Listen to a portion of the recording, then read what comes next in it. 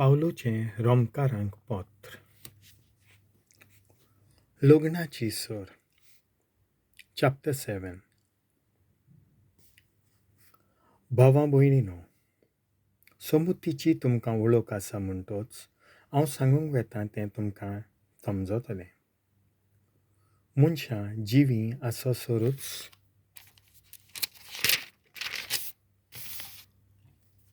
समृद्धीक तांचेर अधिकार आसा म्हूण नकळत तुमी. लग्न जाल्ले एके बायलेची घट पळयात. तिचो घोव जिवो आसोसोर समृद्धी प्रमाणें ती ताका बांदलोली उरता. पूण घोव मरत जाल्यार घोव बायलेच्या कायद्या मेकळी ती जाली. म्हणटच घोव जिवो आसतना दुसऱ्या दादल्या लागीं जर ती गेली तिका लोक पदवारीन म्हणटलो. पूण तिचो घोव मेलो जाल्यार ती घोव बायलेच्या कायद्या मेकळी जाली आनी दुसऱ्या दादल्या लागीं जर ती लग्न जाली ती पदवारीन जायना. तशेंच म्हज्या भावा भयणीनो, क्रिस्ताचे कुडी उदेशी तुमी समृद्धी सरी मेळ्ळी जाल्यार देखून आतां तुमी दुसऱ्याची जाल्यांत. म्हणजे मेल्ल्यांतलो पुनर्जीवन जाला ताची तुमी जाल्यांत. अशें आमचें जिवीत देवाचे सेवेंत फळां बरीच जावंक पावता. आमी आमच्या मनशा स्वयंबा प्रमाणें जियेताल्यांव तेन्ना समृद्धीन जागयल्ल्यो पातकी वोंडोवण्यो आमच्या कुडीच्या सांद्यांनी वावुरताल्यो. अशें आमचें जिवीत मरणाचे सेवेक उपकारतालें.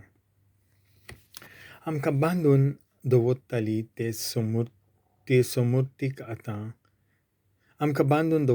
ते समृद्धीक आतां आमी मेल्यांव. म्हणटच समृद्धींतलीं आमी सुटल्यांव. आमची आतांची चाकरी बरयलोल्या नेमांचे आदले मांडावली प्रमाणें न्हय, आमी आतां कोत्तांव ती चाकरी पवित्र आत्म्याचे नवे मांडावली प्रमाणें. समूत आनी पातक. तर कितें म्हणचें आतां? समर्थूच पातक अशें म्हणचें? ना की ना.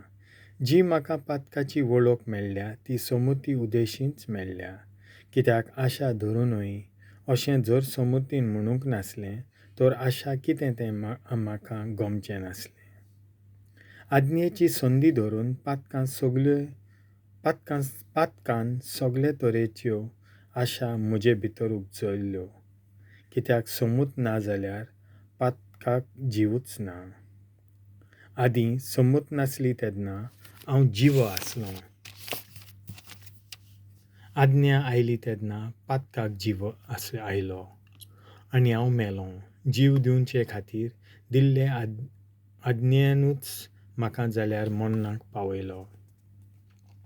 तर आज्ञे वरवीं संदी धरून पातकान म्हाका फटयलो आनी आज्ञे वरवीं म्हजो जीव काडलो.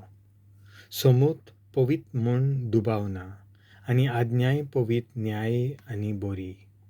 म्हणटच जें कितें बरें आसलें तेंच म्हाका मरणाचें कारण जालें. ना की ना, जालां तें पातकान केलां. बरे वस्तूचो म्हणजे आज्ञेचो उपयोग करून पातकान म्हाका मरण हाडलें. आनी हे परी आज्ञे उदेशी पातकान सगळ्या मापा भायली आपली भयंकर पातकी पदवी चलयली. मनशा भितर झूज. समूत आध्यात्मीक म्हूण आमी जाणाव. पूण हांव जाल्यार पातकान आपलो गुलाम करूंक विकतो घेतलोलो मासा रक्ताचो मनीस. हांव कोत्तां तें म्हाका समजना. तर जें बरें म्हाका जाय तें हांव करिना. पूण जें वायट म्हाका बिलकूल नाका तेंच हांव कोत्तां.